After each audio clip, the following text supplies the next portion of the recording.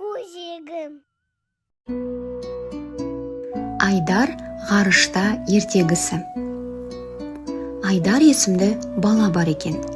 Ол ғарышқа ұшуды армандайды. Күнде түнде аспанға қарап, жұлдыздармен сырласып, олардың сыры мен ғажайыптарын білгісі келетін. Бір күні Айдарға күтпеген жерден белгісіз планетадан хат келді.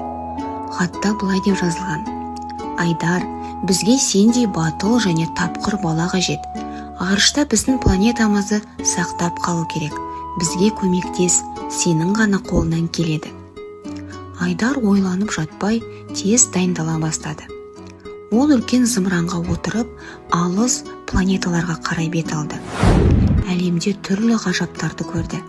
Бірақ ең маңыздысы, ол жамандық жасайтын метеор айдаһарымен кездесті. Айдар тез қимылдап, өзінің кемесін айдаһарға қарсы бағыттады. Бірақ соғысудың орнына Айдар оған жақындап, неге жерді және басқа планеталарды бүлдіріп жүрсің? Біз дос болайық, деді. Айдаһар бұл ұсынысты естігенде ойланып қалды.